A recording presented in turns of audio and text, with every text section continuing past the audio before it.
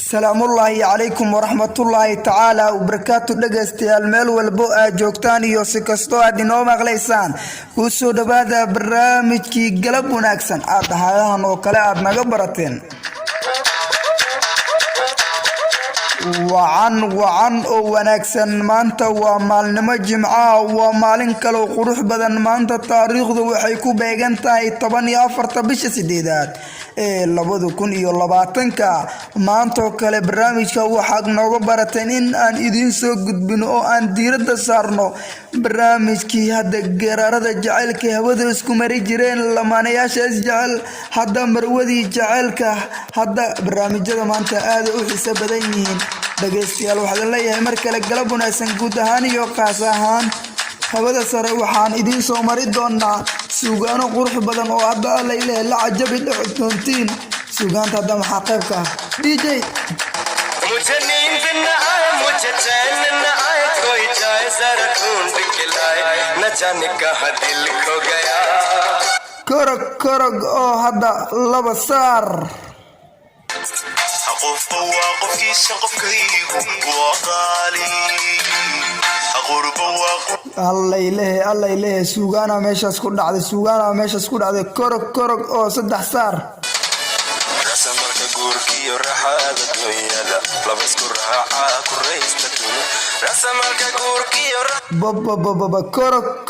oo afar saar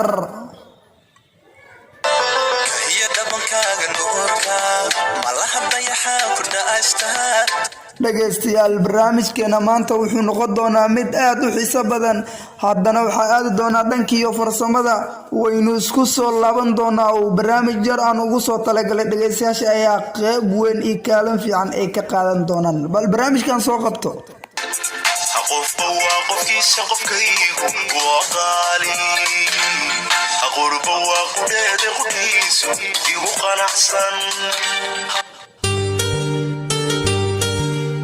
haddii ay jirto qof bani aadam baahi loo qaado nafteeda adiga ay ku tawaysaa oo way kugu qanacsan tahay iyadoo aan ka fikiraynin culaysyada imaan karo mustaqbalka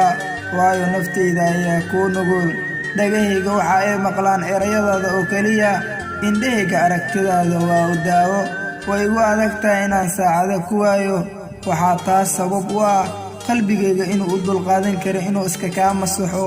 inta aan ku sugayo way igu adag tahay inaan joojiyo akhrinta fariimahaada waxaase iga sii adag inaan ku waayo sababtoo ah xusuustaada maskaxdeeda ayay meel adag ka degtay qaaliyey jacaylku waa dulqaad iyo naxariis waxaan jeclahay inaan runta kuu sheego qaaliyey noloshu waa qaali